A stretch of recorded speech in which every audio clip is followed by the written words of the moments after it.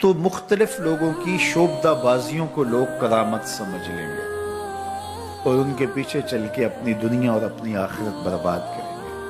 اس لیے ہمیں اس بات کا پورا ادراک ہونا چاہیے کہ ولی کسے کہتے ہیں اور اس معیار پر ہم کسی کو دیکھیں۔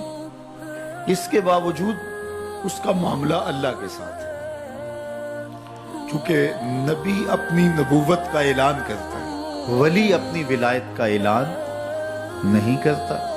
نبی کے اوپر لازم ہے، واجب ہے کہ وہ بتائے کہ میں نبی ہوں، لیکن یہ چیز ولی پر نہیں ہے۔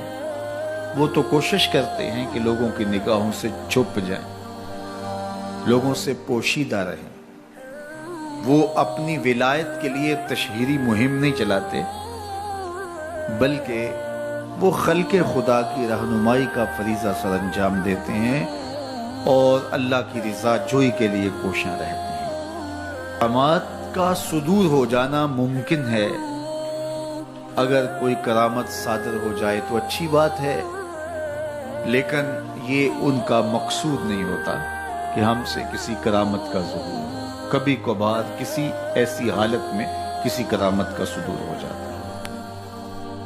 دو صفات کا حامل ہے الذین آمنوا وکانوا یتقون، جو قرآن نے بیان فرمایا۔ ایک تو وہ مومن کامل ہوگا، کامل مسلمان ہوگا، اور دوسرا وکانوا یتقون، وہ پرلے درجے کا متقی ہوگا، اعلیٰ درجے کا پرہیزگار ہوگا۔